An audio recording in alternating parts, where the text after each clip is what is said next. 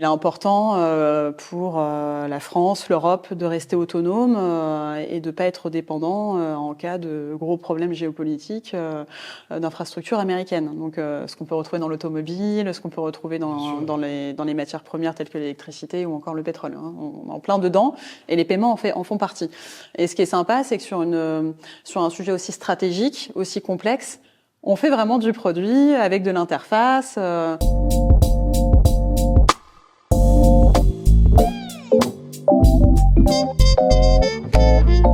Bonjour à tous, bienvenue dans Product Leader Stories. Product Leader Stories, c'est la web-série qui vient se plonger dans l'univers des plus grands leaders du product management au sein des plus belles organisations françaises. Durant 1 heure, je vais avoir le plaisir d'interviewer les plus grands leaders du produit qui vont présenter leur vision, leur parcours, leurs enjeux d'aujourd'hui et de demain ainsi que leurs challenges. Je suis Martin Cantonloga, CEO et cofondateur d'Upvisory. Upvisory, c'est une agence conseil spécialisée dans le product management et l'accompagnement produit des grandes organisations. Notre mission, c'est de transformer ces organisations et faire de leurs produits digitaux de véritables succès. J'espère que ces témoignages vous inspireront. Et maintenant, place à l'épisode. Bonjour à tous. Priscilla, merci d'avoir accepté mon invitation pour cet épisode de Product Leader Stories. Bon, les personnes qui écoutent le podcast ou qui regardent la web-série ont l'habitude. La première question, c'est la question traditionnelle. Est-ce que tu peux te présenter, nous expliquer un petit peu qui tu es et ce que tu fais aujourd'hui ? Avec plaisir, merci à vous pour l'invitation déjà. De mon côté, ça fait 15 ans que je travaille avec une ligne conductrice qui est quand même celle du digital, du produit. Ma grande chance, c'est qu'en 15 ans, j'ai eu l'occasion de travailler dans différents secteurs d'activité. C'est quelque chose d'important pour moi. J'ai commencé dans les télécoms, chez SFR pendant 2 ans, vraiment sur l'aspect produit. Ensuite, j'ai eu la chance de rejoindre les équipes digitales du Figaro. Donc là, c'était assez sympa parce que c'était en plein boom sur les apps. Voilà, tout était nouveau. Comment mettre du papier sur du digital, sans que ce soit du simple PDF. En fait, c'était pas l'objectif. Que peut apporter le téléphone, que peut apporter le smartphone, l'application pour un éditeur, une ligne éditorialiste. Donc c'était assez sympa dans le challenge. J'avais quand même 5 marques sous ma responsabilité, dont le Madame, dont le Figaro Magazine, Tic et Tac aussi, qui fait de la billetterie en ligne. Donc c'était vraiment super. C'était au bon moment. C'était vraiment dans l'émergence des apps. Et ensuite, j'ai fait une petite année dans les transports publics aussi, chez Keolis, qui est une filiale SNCF. Ça a été assez court, mais toujours intéressant dans le sens où on découvre une culture d'entreprise, une façon de travailler. Bon, là, c'était plus dans l'accompagnement finalement des contrats à aller chercher, et donc dans l'innovation, dans le digital. Donc très vite, j'ai bifurqué dans la banque. Ensuite, et j'ai l'impression qu'une fois qu'on y met le pied, c'est difficile d'en sortir. J'ai rejoint les équipes digitales au sein de la Société Générale et là, ça a été une expérience de 5 ans assez incroyable. On était en plein de change, agilité. À l'époque, on était accompagné par Tiga. Donc, on a mis en place toutes les feature teams, vraiment toute la dimension self-carisation pour les apps de la banque, pour le retail. Donc, ça a été assez incroyable. Ça a duré 3 ans. Et ensuite, on a eu la chance, ce qui est pas évident, je leur dirai tout à l'heure, mais donner un nouveau souffle à des équipes, c'est pas évident. Et on en a eu un à l'époque, à la Société Générale, qui a été après la self-carisation. On a lancé toute la dimension souscription e-commerce avec des vrais objectifs, business. Ouais, exactement. Faire du vrai produit, un business model derrière. Et là, on était accompagné par Accenture et ça a été du feu de Dieu. On a atteint 15% de part de souscription sur le digital en 2 ans. Donc, ça a été vraiment très puissant. Et ensuite, on en vient à la BPCE. On est venu me chercher pour monter une nouvelle direction product au sein de la BPCE. Donc, un challenge from scratch qui a été aussi incroyable ces 4 dernières années. Tu vas nous expliquer du coup le from scratch BPCE. Du coup, j'imagine qu'avant toi, il n'y avait rien. Et du coup, tu es venu pour structurer et construire ça. Est-ce que tu peux nous expliquer un petit peu tes missions et ce que tu as opéré chez eux ? Avec plaisir. Donc ça a été aussi une chance pour moi d'avoir ça a été une mission aussi, un renouveau, même pour soi aussi, donc il y a pour les équipes, mais pour soi aussi, il fallait le chercher, ce renouveau, ces challenges-là, donc ça a été une vraie opportunité. Donc effectivement, moi aujourd'hui, je suis dans l'entité BPCE Payment Services, donc vraiment les paiements pour le groupe. Il y a aussi bien sûr des clients directs et on travaille aussi pour les fintechs du groupe, mais on sert avant tout voilà, à hauteur de 80-90% les besoins du groupe BPCE. Les paiements, il faut quand même savoir que c'est beaucoup la tech pour la tech, tout de même. Donc il y a déjà ce challenge-là de dire, non, on va mettre quand même la tech au service du produit. C'était déjà aussi un enjeu assez fort. Et en partant from scratch, effectivement, il y a eu plusieurs jalons assez clés en fait la première année, et qui sont les suivants. La première, ça a été de structurer déjà cette direction. C'est comment je vais l'organiser. Et finalement, c'était déjà un premier challenge, parce que dans les paiements, on parle beaucoup, j'émerge, j'acquiert en flux. Donc moi, je suis arrivée, j'avais un peu des sueurs froides, parce que déjà, je viens pas non plus de ce monde-là, je viens pas du monde des paiements. Mais ce qui est intéressant, ça permet aussi de s'en détacher et de s'orienter plus finalement vis-à-vis du client, parce que le client, il ne fait pas qu'émettre un paiement ou l'acquérir. Il fait beaucoup de choses avec un moyen de paiement. Donc ça a été assez intéressant d'aller chercher cet angle-là. Que fait mon client, qu'il soit particulier ou pro, avec une carte, un virement, un TPE. Et donc finalement... T'es revenu du jobs to be done, quoi. C'est... un œil nouveau. Un œil nouveau, et c'est un point de départ très très important, parce que ce qui a été intéressant, et je le dirai juste après, finalement dans le groupe, les paiements n'étaient compris que de très peu. Et donc finalement de l'orienter client final, de vulgariser par la structuration de mon équipe, ça a permis d'aller chercher des sponsors, de se rapprocher du groupe et d'arriver à fluidifier les échanges et de mettre en place une stratégie par derrière beaucoup plus facilement. Et donc finalement, je suis allée chercher 3 têtes de pont. Ça aussi, c'est très important dans le staffing. Je suis restée sur des verticales produits que sont la carte, le virement et tout ce qui est dimension caisse commerçant. Et là, il me fallait des managers experts. Moi, n'étant pas experte, c'est très important de s'appuyer sur des gens qui connaissent le produit, le milieu, et sur qui, effectivement, derrière, j'allais pouvoir m'appuyer. Maintenant, aller trouver des experts dans le paiement, c'est bien, mais il faut qu'ils aient aussi un mindset quand même produit. Donc là, ça devient un peu compliqué, il faut aller les chercher, c'est un enjeu fort, il faut prendre le temps, il faut mettre les moyens financiers sur la table. Donc ça a été aussi un jalon assez important pour moi. Et finalement, si on y revient sur la structuration, j'avais ces 3 verticales-là. Et ensuite, j'ai structuré que va faire mon client finalement avec du moyen de paiement. Il va faire du self-care, il va faire de la souscription, il va payer avec son téléphone et il va payer en magasin. Donc ça a été les 4 grandes familles que j'ai posées dès que je le pouvais. En tout cas, ça illustre assez bien en tout cas la structuration de cette nouvelle direction. Donc la structuration, le staffing, la formation, très important. Pareil, moi, ce que je vais chercher déjà dans les équipes, c'est un mindset. On parle beaucoup de soft skills, mais bon, finalement, c'est ce qui s'apprend le moins quand même. C'est quelque chose d'assez inné souvent. Faut avoir la niaque, mais pas avoir les dents longues. Voilà, donc c'est un peu ce que je recherche chez les gens. C'est pas facile. Parce que quand on est product, faut être dynamique, faut aller chercher des alliés, faut vendre sa discovery, faut aller rassembler des collaborateurs de milieux très différents. Donc il y a un vrai enjeu quand même de personnalité. Et finalement, la formation n'est qu'un détail. Une fois qu'on a la tête bien faite, je pense qu'on peut tout apprendre. En revanche, donc là, on a été accompagné aussi par Tiga. On a fait appel à Tiga pour toute la formation de l'équipe sur l'aspect product, sur différents sujets. Ça peut être, j'en reparlerai après, mais ça peut être toute la méthode OKR, la partie discovery, comment je gère une discovery, comment je priorise. Structurer tout le process produit. Exactement. Donc ça a été aussi important de mettre l'équipe, cette nouvelle équipe, parce qu'aujourd'hui on est une vingtaine, dans cette démarche-là. Donc ça a été toute la phase de structuration qui, mine de rien, a pris quand même 1 an. Et puis en parallèle de ça, en fait, il y a pas que ça. Moi, j'ai aussi un autre job en face, c'est d'aller chercher des sponsors. Parce que quand on arrive, déjà le produit, tout le monde fait du produit dans une entreprise. Donc dès qu'on dit qu'on va faire du produit, ça fait peur à beaucoup de gens. On se fait pas que des copains. On est dans une entité qui n'est pas forcément agile, qui n'est pas forcément au fait de toute la démarche product, tout ce mindset. Ouais, qui n'a pas la maturité au global. Non, exactement, de cette construction collaborative. Donc, faut aller faire du change en interne avec des gros patrons. Donc ça, déjà, c'est dans l'environnement. Et ensuite, pour moi, c'était aussi important d'aller chercher des gros sponsors qui allaient m'ouvrir les portes. Donc j'en ai eu 2 gros. Le patron du digital, qui a été une vraie clé pour moi. Et bon, ça a été assez marrant parce que finalement, je suis arrivée, pareil. C'est assez compliqué. On m'avait dit non, mais pas forcément besoin de faire du digital sur le paiement. Alors moi qui venais de l'univers du product et du digital, non, en fait, je vais faire du digital. Je peux pas faire de product, du paiement pour un client final sans y mettre du digital, sans avoir de front. Donc je suis allée chercher ce gros sponsor qui m'a tendu la main et qui m'a dit enfin, on a quelqu'un à qui parler, quelqu'un qui vulgarise, parce qu'on n'y comprend pas grand-chose, c'est compliqué, les mots sont complexes, alors qu'en plus les paiements, c'est l'une des entités, c'est l'entité qui coûte le plus au groupe. Une roadmap à 2 ans, c'est 60 millions d'euros. C'est des très gros budgets, ça enclenche plusieurs équipes IT, c'est très complexe. C'est très complexe alors que les enjeux sont très très forts. Ça aussi, on en parlera autour des drivers, d'où l'importance de faire en sorte que les gens dans l'entreprise, dans le groupe, nous comprennent pour aller poser les bons sujets, les bons produits. Voilà, c'est vraiment clé. Donc, il y a eu ce premier gros sponsor, voilà, avec un séminaire à la clé. Je voulais monter un triptyque UX, PO et PM. Ça a été un vrai enjeu aussi de poser les rôles de chacun. Voilà, vraiment rappeler ce que doit faire un PM, ce que fait un PO. Bon, l'UX, on se pose un peu moins la question.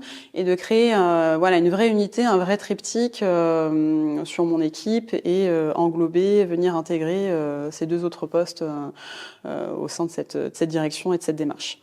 Donc ça, c'était un premier sponsor. Un deuxième sponsor qui était très clé, c'était le DSI Comex du groupe, patron des paiements, qui a été vraiment clé pour moi. J'ai eu une chance extraordinaire, c'est qu'il était très orienté business. Il avait une vraie volonté, malgré le fait qu'on puisse pas non plus vraiment le faire, de se mettre le plus possible en agilité. Je reparlerai, l'amélioration continue, dans un gros groupe tel que celui de la BPCE, c'est compliqué, ça n'existe pas vraiment. Surtout sur du paiement où j'imagine qu'il faut de la fiabilité, il faut que tout de suite ça soit... Exactement. On n'a pas le droit au test and learn dans le paiement. On n'a pas le droit au test and learn, même si je pense que les deux sont quand même compatibles. Effectivement, on va avoir des gros épiques, des très gros sujets. J'en reparlerai parce qu'on a eu des très beaux succès et ça fait plaisir aussi après 4 ans. Mais c'est surtout que les équipes, effectivement, c'est tellement coûteux, il y a tellement de monde, les budgets sont tellement énormes que finalement, dès qu'on parle de petites choses mais qui peuvent quand même avoir de l'impact, voilà, tout de suite, ça passe à la trappe. Et puis, on n'a pas forcément non plus le budget. On n'est pas en capacitaire. On n'a pas de budget en termes de gestion, d'amélioration là-dessus. Déjà, je suis allée chercher un budget pour faire des discos, ce qui était déjà un vrai challenge en soi, mais qu'on m'a accordé grâce à ce patron-là. Mais voilà, donc je suis allée chercher ces 2 gros sponsors qui ont été une vraie clé parce qu'il faut savoir que la DSI, dans un groupe mutualiste tel que celui de la BPCE, travaille avant tout pour ce qu'on appelle les marchés bancaires. Dans un groupe mutualiste, ceux qui restent en tête de ligne et qui valident tout de même les budgets, la strat in fine auprès du réseau, ça reste ces marchés. Okay. Donc c'est aussi un gros sponsor. Donc il a fallu aussi se mettre en allié cette entité-là, ça a été très important. Chose gagnée aussi. Et on a eu une chance, c'est que voilà, toute la partie disco, product, finalement on était quand même plus mature que cette entité-là, ce qui fait que nous, ça nous a permis d'enclencher très vite, très fort, et qu'ils ont eu quand même la bonne action, la bonne réactivité à nous tendre la main et à prendre nos sujets. Ça aurait pu ne pas être le cas. Voilà, il y a toujours aussi parfois des guerres de territoire. Et je trouve que ça a assez bien marché et je le remercie aussi aujourd'hui parce que c'est pas toujours évident. Il y a une volonté de garder sa légitimité et parfois quand on a besoin de faire ça, on peut mettre les autres à mal et ça n'a pas forcément été le cas. Même si c'est pas facile, hein, tout n'est pas facile au quotidien, mais ça a plutôt bien marché dans ce sens-là, dans le sens où notre stratégie à 2 ans, qu'on a posée avec l'équipe product côté paiement, est passé pour tout le groupe. Ça a été validé, ça a été budgété grâce à ces 3 sponsors-là et je suis très reconnaissante pour ça. Mais c'est un vrai job interne à faire, de la politique. Franchement, le curseur, il est pas toujours au bon endroit. Le curseur peut très vite aller sur du 60-40 sur la politique. Et c'est là où il faut faire aussi très attention quand on est dans un grand groupe à quand même garder ce curseur plutôt sur du 60-40 product, mon taf, aller sortir cette roadmap. Là. Voilà, il faut pas tomber dans ce piège. Et typiquement, moi, j'avais interdit au départ à mes équipes, bon, le mot est fort, mais aller voir les banques et les caisses. Parce qu'il faut savoir que dans un groupe mutualiste, que ce soit Crédit Agricole, que ce soit la BPCE ou d'autres, pour BPCE, voilà, on a environ 25 banques et caisses autonomes qui ont un droit de veto sur tous les sujets. Et l'idée, c'était pas d'aller faire du porte-à-porte, c'était pas possible. Parce que je me suis dit, jamais on y arriverait. Donc ça, j'ai dit, on ne le fera pas. Et on passera par les marchés qui, eux, iront faire ce job pour nous. C'est le métier. Ouais. Exactement. Il y a cette prise de recul. Ça, c'est hyper intéressant dans ces métiers-là et dans ces structures-là. Et de se dire où je vais mettre mon effort. Ça va être quoi mes 2 coups de la journée ou de la semaine qui vont vraiment être utiles. Et de pas mettre des coups d'épée dans l'eau. Il peut vite y avoir du bruit et on peut se mettre un peu sur tous les sujets. Il faut savoir dire non. Il faut savoir cibler ses sujets et il faut accepter d'en avoir d'en avoir peu en fait, Ouais, bien peu sûr. mais utile. Pour les adresser correctement. Exactement. Et ça pour moi c'était une vraie ligne directrice aussi pour mon équipe. Garder son énergie parce que souvent les équipes, les products ont plein d'idées, on peut faire tout ça. L'idée c'est de dire en fait non, on va pas faire tout ça. Ça va être quoi ton sujet? Allez, max 2 sujets dans l'année qui va faire briller le groupe, qui va faire qu'il va y avoir de l'impact et aussi pour l'équipe. C'est aussi important de faire briller l'équipe au sein d'un gros groupe comme ça, pour pouvoir survivre dans le temps. C'est important de le faire. Oui, bien sûr. Non, mais c'est très clair et très intéressant. Quelques questions que j'ai pour toi au regard de tout ce qu'on se raconte. Justement, tu es sur un produit, le paiement assez technique, tu l'évoquais de fait. Est-ce que la démarche produit que vous avez déployée sur les OKR, sur la Discovery, etc., est-ce que tu l'as adapté à l'aune d'un produit technique comme ça ou pas en fait? Et il vaut mieux rester en fait assez by the book, c'est souvent critiqué, mais dans le bon sens du terme, c'est-à-dire sur les bons fondamentaux pour pas rentrer dans quelque chose justement qui soit trop complexe à opérer. Non, effectivement, je suis restée sur les fondamentaux parce que riche de mon expérience à Société Générale aussi, ça a été assez extraordinaire. On n'invente pas la roue, on est plutôt force de proposition de ce qu'on a pu acquérir dans le temps. Et ça a été assez extraordinaire. Donc, mais c'était non sans mal, c'est-à-dire effectivement volonté de mettre en place la démarche OKR, toute la partie discovery, la priorisation par les drivers. Donc ça, c'était hyper intéressant à mettre en place. Typiquement, en arrivant, j'ai voulu mettre en place la démarche OKR. Personne n'y croyait. Ouais. Donc, qu'est-ce qu'on a fait? C'est qu'on est passé par le bas. Donc, nous, on a quand même posé cette démarche-là. d'OKR. Et ce qu'on a fait, c'est qu'en fait, on les a présentés au sein des copines. On est encore en copine. Voilà, chaque projet a son copine. Mais l'idée, c'est de le prendre par le bas et de se dire, on va partager ces bons résultats, ces objectifs avec les équipes tech. Parce qu'il y a toujours, moi j'ai remarqué, je suis pas la seule, et c'est tout à fait normal finalement quand on le dit, c'est que les équipes qui ont bossé, qui ont fabriqué un produit, notamment les devs, quand les équipes comprennent ce que ça apporte au groupe par des chiffres, c'est une telle satisfaction pour eux de se dire je sais pourquoi j'ai bossé, c'est tellement fort. Donc en fait, on l'a fait dans ce sens-là jusqu'à remonter et on a eu une chance, c'est que la BCE fait quand même des audits et des contrôles assez réguliers sur les banques et a dit à la BPCE bon les gars, là il serait temps que vous ayez quand même vos KPI de suivi. Donc là tout le monde s'est alarmé et nous on était déjà prêts. Donc ça a été une vraie chance d'accélération, ça a été une vraie accélération pour l'équipe. Sur cette méthode qui a pris du temps à prendre. Voilà, dans les gros groupes, c'est quand même assez difficile. En revanche, au-delà de la démarche OKR, et avant ça, avant de poser une strat, avant de poser les OKR, il y avait quelque chose pour moi de très très important. Et pareil, riche de mon expérience de la Société Générale, avec l'équipe, on a posé, et on l'a pas fait que nous en fait. L'objectif c'était après de le montrer bien sûr au niveau du codir. C'était de se dire en fait où est-ce qu'on veut être dans 3 ans quand même sur les paiements pour le groupe et quels vont être nos 3 drivers clés qui vont venir porter notre strat. C'était important pour savoir quoi faire, où aller, parce que sinon on peut vraiment partir dans tous les sens. Donc on a posé cette vision à 3 ans et on a défini ces 3 drivers. Bon, il y en a 3 et pareil, ils sont pas scientifiques et ils sortent pas de nulle part. Mais voilà, on s'est dit il faut vraiment répondre à un enjeu business pour le groupe. Voilà, une banque, elle a besoin de gagner des sous, elle a besoin de générer des bénéfices, c'est important. Donc c'est quels vont être les produits qui vont rapporter. Deuxième driver, ça va être qu'est-ce qui va répondre à l'expérience client digitale sur les paiements, pour qu'on se mette bien au standard. On en reparlera aussi à la fin. On est quand même attaqué de partout par les néobanques, Revolut, Bourso continue à quand même très très bien marcher, avec des objectifs à horizon 2030 qui sont quand même costauds, qui viennent d'être annoncés. Donc il y a besoin de répondre quand même à un bon standard aussi pour nos clients. On en reparlera aussi avec des beaux succès qui sont sortis il n'y a pas si longtemps. Et un dernier, auquel on n'échappe pas, qui est la dimension réglementaire et souveraineté. Donc on a posé ces 3 drivers, et une fois qu'on a posé ces 3 drivers, avec bien sûr toute une logique de priorisation par la valeur et la complexité, la backlog, voilà, on a notre liste de produits, on pose nos points de valeur, de complexité. Ça va être quoi? Pour du particulier, du professionnel, sur tous les paiements, pour tout le groupe, nos 10 sujets sur 2 ans, pas plus. Pas plus. Et ces sujets, il va falloir qu'ils parlent à tout le monde. Pas falloir que ce soit un truc technique, d'expert, que personne ne comprend, parce que c'était la problématique. Personne ne comprenait les paiements avant que cette direction ne soit montée. Et en fait, on parle à personne, on fait peur. C'est des sujets qui coûtent des millions. Donc, il faut mettre des millions sur la table pour un sujet que personne ne comprend. Bah, là, tout de suite, les frustrations sont quand même plus élevées. Donc, il y avait cet enjeu de se dire, OK, ces 10 sujets sur les 2 prochaines années, il va falloir qu'on aille les chercher. Donc, bien sûr, il y a eu les coûts de clients. Il y a eu le business, quels sont les sujets exactement. La souveraineté, quand même, ça nous rattrape assez vite, oui, tout de même.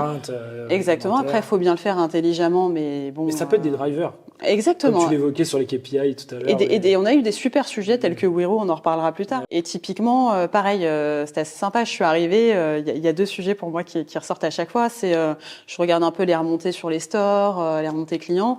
Je dis bon là les gars, c'est bien, on a Apple Pay sur l'iPhone, sur iOS, mais sur Android, tout le monde veut Google Pay quoi, donc sur le wallet de paiement.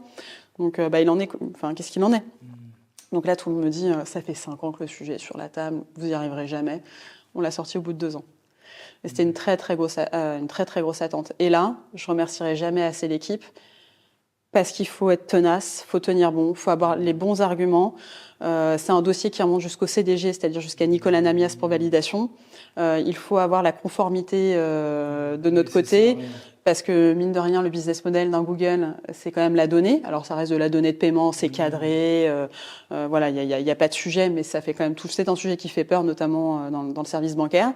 Mais on n'a rien lâché jusqu'au bout. On a tenu jusqu'au bout ce dossier, c'est de la strat, faut aller faire la tournée des popotes, faut aller voir les marchés, faut aller voir la conformité, faut remonter jusqu'au CDG, faut convaincre beaucoup de monde. Il faut rien lâcher. Et on l'a sorti au bout de 2 ans et c'est une vraie fierté. Et là, pareil, c'est ce que je disais tout à l'heure, on est sur un vrai produit orienté client final. Ça, c'est important parce que, pareil, quand on arrive dans ce type de structure, mutualiste notamment, on va te dire, non mais moi, le client final, je m'en moque. Mon premier client, c'est la banque et la caisse. Donc là, toi, il faut que tu expliques, OK, demain, si demain, il n'y a plus de client final, il n'y a plus de banque et caisse. Donc, il faut aller toper en dessous pour que la banque et la caisse aillent bien et qu'elles soient aussi satisfaites de ce qu'on va proposer. Donc, il y a eu toute cette démarche effectivement de méthode de product à déplier, à mettre en place. Et après, sans oublier aussi toute la partie processus aussi de validation. Et ça, dans un gros groupe, c'est pas évident. Il y a beaucoup d'étapes. Et c'est pareil, il faut éviter trop d'étapes. Donc, faut monter.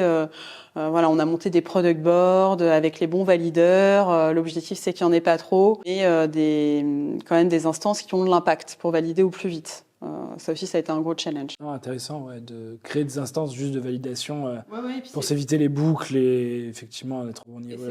C'est pas une mince affaire parce que faut avoir tous ces stakeholders, faut pas en vexer, faut pas en oublier, faut le faire au bon moment du dossier, faut pas y revenir non plus. Voilà, faut pas que ça devienne une usine à gaz. Donc c'est un vrai challenge aussi de poser le bon processus de validation et c'est pas une mince affaire. Le bon niveau de gouvernance. Ouais, exactement. Tu l'évoquais là en sous-marin, je sais que c'était un gros sujet pour toi. J'imagine que pour convaincre ces fameux, et j'allais te demander justement comment et qu'est-ce que tu retiens dans ta capacité à convaincre et à embarquer des stakeholders de haut niveau, parce que je pense que c'est une problématique effectivement assez globale et assez commune dans des grandes organisations.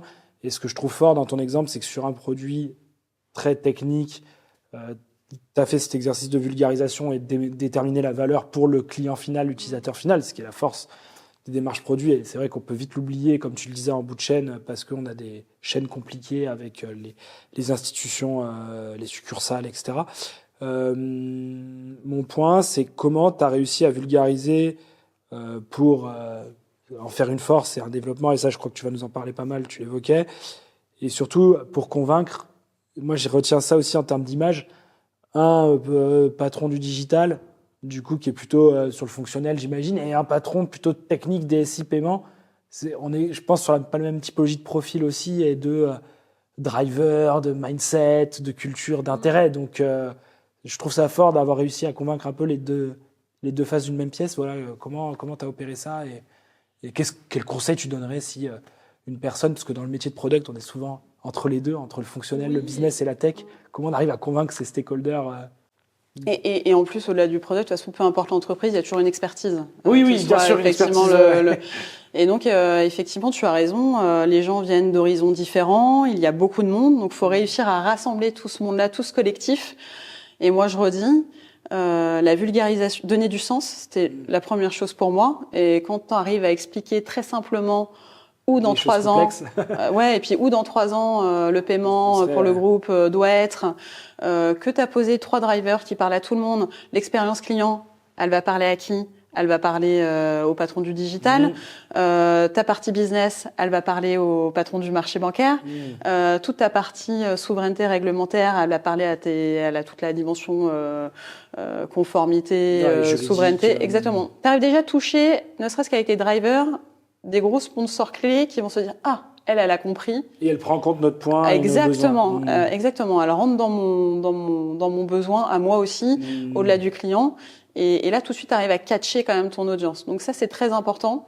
Et puis, démontrer dans chacun de ces drivers, on en revient à l'OKR. J'ai donné l'exemple de Google Pay. Quand tu arrives sur des centaines de milliers de users après quelques mois, on peut pas nier l'efficacité de ce sujet-là. Et puis, tu l'as projeté avant aussi. Ça a été une promesse et qu'on a réussi à tenir. Pareil, moi, j'ai un autre exemple qui est un très bel exemple. Jusqu'à présent, on externalisait tous les virements internationaux pour le particulier sur Wise. Pour une banque, ouais, c'est dommage. C'est assez dommage. Et donc, l'idée, non, ça a été de dire... et surtout sur les virements. Parce qu'en fait, sur la carte... Et même pour moi, en fait, vulgariser, ça a été pour moi aussi très salvateur. Parce que quand on comprend pas toujours tout, on demande aux équipes de répéter 10 fois. Je leur dis, non, mais en fait, j'ai 10 ans, il faut que je comprenne ce que tu es en train de me raconter. Les PowerPoint au départ, j'avais des sueurs froides. C'était très tech, très compliqué. Il a fallu des mois de travail pour les équipes pour arriver à des docs plus strat, plus product. Et il a fallu que je leur dise, non mais en fait là j'ai toujours pas compris. Et il faut accepter, faut mettre son ego de côté, parce que mine de rien d'être expert, c'est aussi on a la main, on garde le sujet chez nous. Ça sert aussi à ça de pas vulgariser. Quand on vulgarise, on ouvre la boîte de Pandore, on laisse rentrer les gens aussi sur son propre périmètre. Donc faut pas avoir un ego, faut accepter. Comme j'en ai pas trop, ça tombe bien. Et donc je disais aux équipes, j'ai toujours pas compris. Donc il y a vraiment cet enjeu de vulgariser, de travail, et qui pour soi-même est aussi très important. En fait, la difficulté du travail de vulgarisation, c'est, comme tu le disais, se mettre dans la peau aussi d'aller catcher les gens. En fait, quand tu vulgarises, tu vas te mettre à la place d'eux et tu vas venir. Ah voilà, c'était sur le virement international. Sur les virements, typiquement, voilà. Donc c'est ce que je veux dire. Sur la carte, c'est assez facile. Tout le monde a une carte. On souscrit tous à des produits, on paye tous avec nos wallets sur Internet. Donc c'est assez facile. Sur les virements, c'est très compliqué. Et donc pendant des mois, avec l'équipe, on s'est dit, ça va être quoi le sujet qui va parler à tout le monde, là, qui va un peu faire briller l'équipe. Quel va être le bon sujet quand même à aller chercher. Et donc il y a eu le virement international. On s'est dit, waouh, ça c'est un super sujet. On récupère toute l'expérience dans nos apps. Donc il y a un sujet d'expérience et il y a un gros sujet business puisqu'on perdait quand même des millions. C'est des millions par an, quoi. Et donc c'est pareil, quand tu arrives à démontrer, à dire toujours pareil, exactement, quand sur le standard, la partie expérience, tu arrives à démontrer certaines choses comme Google Pay typiquement, sur le business, tu as du virement international qui va générer des millions à la clé. Donc là tu parles, donc finalement t'attires, tu vois, pour du sponsoring, du codir, du Comex, c'est assez parlant. Et là c'est difficile d'avoir un nom quand même, de donner un nom, t'as un oui assez facilement. Et si je challenge un peu, parce que je le comprends bien pour le business, pour le métier, parce qu'effectivement, tu rentres dans leur basket quelque part et tu leur évites parce qu'eux, ils vont moins assumer de ne pas savoir un sujet technique et du coup, tu leur ouvres la porte à la compréhension et du coup, à l'embarquement, comme tu disais. Pour des profils techniques, là, de l'autre côté, les profils IT, les profils légaux, comment tu arrives à les convaincre?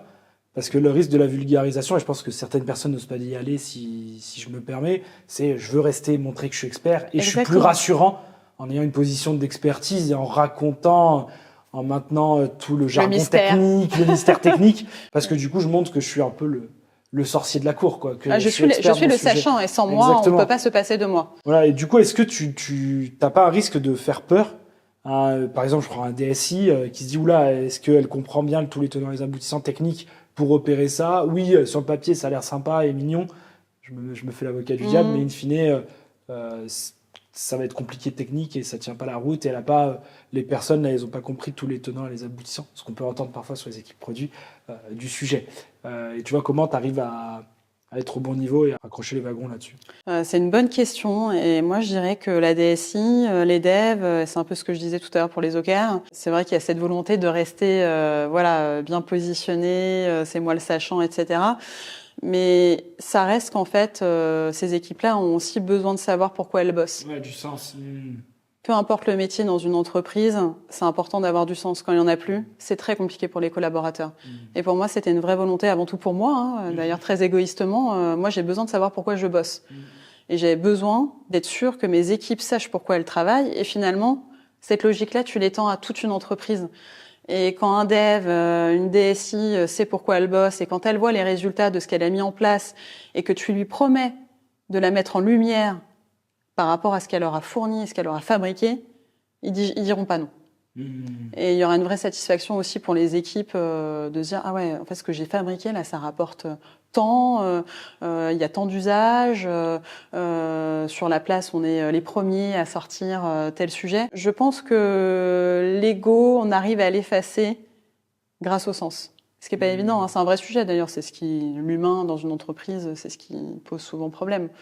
Donc c'est d'embarquer très tôt et au moment où tu embarques, de donner ce sens et la promesse de ce qui va être donné. Et bien sûr, il faut qu'il y ait le résultat, mais le fruit d'un travail de plusieurs mois, voire plusieurs années sur les paiements, parce que les produits sont très complexes. Et tu voulais parler, parce que du coup, je trouve que c'est un bon exemple, parce que c'est une évolution des paiements de Wero. Voilà, parce que c'est pareil, comment on innove aussi dans les usages, parce que on se dit les paiements, c'est une industrie normative, quoi. C'est hyper normé, comme tu disais, et on peut pas tant évoluer. Or, on voit, avec les exemples que tu donnes, passer d'une carte à du paiement des maths, à maintenant les wallets.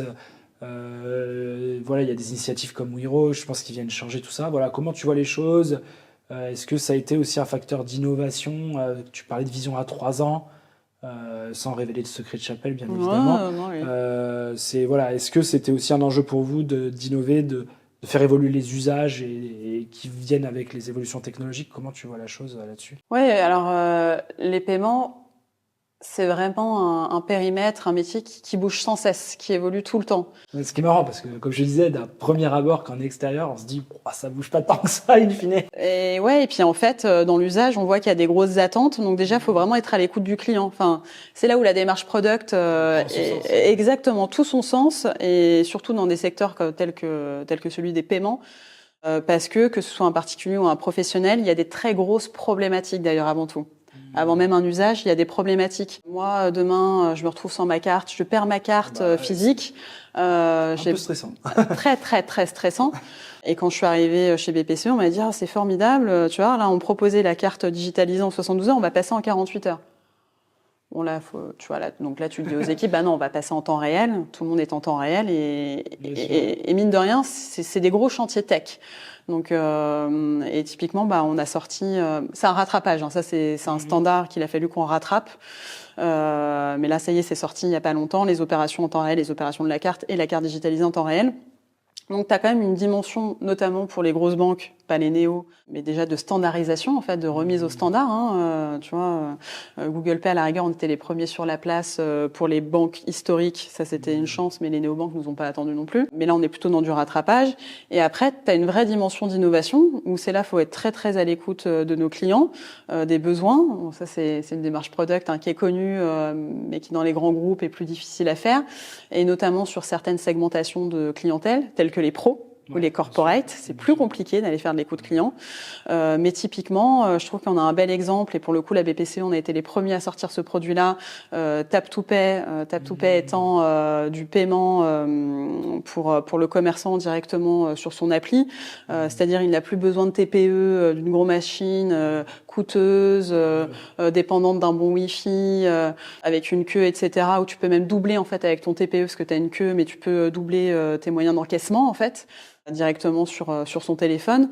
On a été les premiers à le faire avec Apple notamment. Donc on a des super succès. Ça typiquement, c'est une vraie innovation en fait. Donc on peut avoir des très beaux sujets. Tu en parlais tout à l'heure effectivement, Wero. Donc là, on sort un peu de l'usage classique besoin client. On est vraiment sur une stratégie de souveraineté de place où on est en plein dans la géopolitique, on est en plein dans l'actualité. Alors, effectivement, les Américains prennent beaucoup de place avec la carte. On va pas citer le nom, mais voilà exactement. paiement, il est important. Les grands réseaux. Américains. Il est important pour la France, l'Europe, de rester autonome et de pas être dépendant en cas de gros problèmes géopolitiques d'infrastructures américaines. Donc, ce qu'on peut retrouver dans l'automobile, ce qu'on peut retrouver dans les matières premières telles que l'électricité ou encore le pétrole. Hein. On est en plein dedans et les paiements en font partie. Et ce qui est sympa, c'est que sur un sujet aussi stratégique, aussi complexe, on fait vraiment du produit avec de l'interface, donc on peut vraiment aller jusqu'au bout, jusqu'au front, et ça rend le sujet toujours sympa et exigeant. Donc on va avoir deux dimensions sur les tendances, que sont effectivement la standardisation de l'expérience client, quand on a des Revolut, du Stripe sur la partie commerçant. Il est important en fait de se bouger, de se mettre à. Comme tu disais, ouais. C'est hyper essentiel, et pour les grosses structures historiques, c'est pas si évident. Les nouveaux entrants, ils viennent rechallenger les règles de marché. Exactement, et on sera toujours. Enfin, pas toujours, mais en tout cas, on sera beaucoup suiveurs. Mais en tout cas, ce qui est essentiel, c'est d'être au bon standard. Donc ça, c'est un vrai challenge qu'on regarde beaucoup. Voilà, face à ces acteurs-là. Et ensuite, il y a des grosses tendances sur la souveraineté en ce moment, très très fort, avec des moyens de paiement alternatifs d'ordre souverain, tels que Wero. Et ce sont des projets très longs, très coûteux, très complexe, notamment sur les sujets de souveraineté, car il faut se mettre d'accord avec toute la place. Il y a eu quand même des échecs. Typiquement, Paylib a mis du temps à prendre, des années.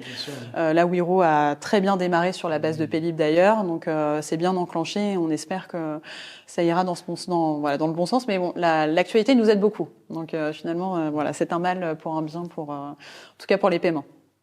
Peut-être une petite note pour la fin, là, justement, dans cet exercice de projection, etc., tu disais que c'était des temps très longs, parce que très complexe. Très long. Comment on fait de l'itératif, ça c'est mon petit regret. Dans des temps longs. Ouais. Bon, alors on a réussi plein de choses. Monter toute une direction de produit à l'échelle d'un groupe quand il y a 3 IT différents.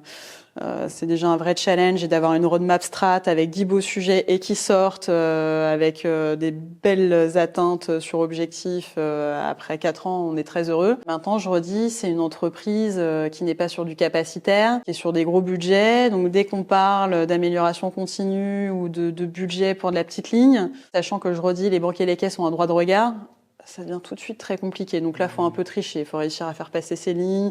Ça demande beaucoup d'énergie, alors que ce sont des petits sujets. Mais je redis, un petit sujet peut apporter beaucoup, notamment sur l'usage. Finalement, c'est, je dirais pas aussi compliqué, mais pas loin que finalement faire des gros sujets.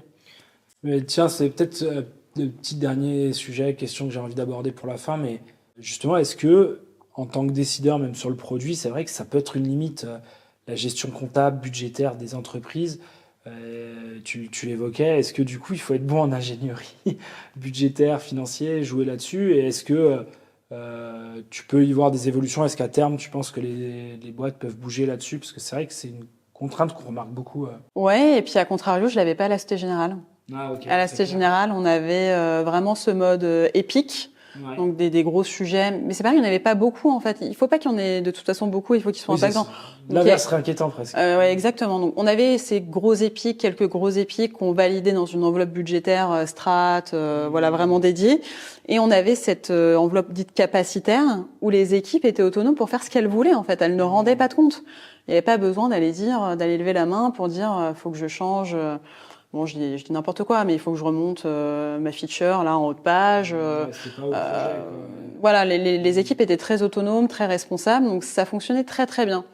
Ce qui dans un groupe mutualiste et en transverse, c'est quand même plus compliqué. Et faire de la petite feature, alors soit tu dis pas trop. Et tu fais rentrer dans un gros en projet, fait, faut pas en parler, voilà. Donc t'arrives, c'est frustrant parce qu'en fait, faut que t'arrives à cacher un peu le truc, parce que dès que tu lèves la main, en fait, tout le monde a un droit de regard sur un truc qui coûte pas cher, qui peut être fait facilement. Oui. Donc finalement, tu passes plus de temps et d'énergie et de budget presque à valider l'initiative que mener l'initiative en soi, quoi. Voilà, et donc finalement, j'ai fait le choix de tricher un peu. Voilà, exactement, parce que là. Voilà, c'est comme le savoir dire non, c'est comme aller chercher des sponsors. Parfois, il faut aussi un peu cacher les choses. Voilà, s'il y a des stratégies un peu en sous-marin à mettre en place aussi sur ce type de poste, de mission. Voilà, c'est un peu ces trois leviers. C'est le jeu aussi d'avoir de l'autonomie et du scope. Ouais, et puis je pense que sinon tu n'atteins pas tes objectifs, c'est pas possible. Écoute, Priscilla, merci beaucoup. pour ce retour d'expérience et pour tous les partages. Évidemment, vous pouvez réagir à l'épisode, nous écrire, nous contacter si vous avez des questions ou des suggestions. Et on te les fera passer. Ou Avec les plaisir. personnes te contacteront directement, j'imagine. Avec plaisir. Merci à Merci vous. encore pour l'invite. Merci à toi. Merci d'avoir écouté cet épisode. Si cet épisode de Product Leader Stories vous a plu, je vous conseille de vous abonner à votre plateforme d'écoute favorite telle que YouTube, Spotify. Ça vous permettra d'être alerté et de pouvoir visionner automatiquement les prochaines sessions. Si vous rencontrez une problématique produit ou autour de votre organisation produit, Upvisory et moi-même, nous tenons à votre disposition pour échanger sur le sujet et ça sera un grand plaisir de vous accompagner. Et on se dit à très bientôt pour un prochain épisode de Product Leader Stories. Allez, bye!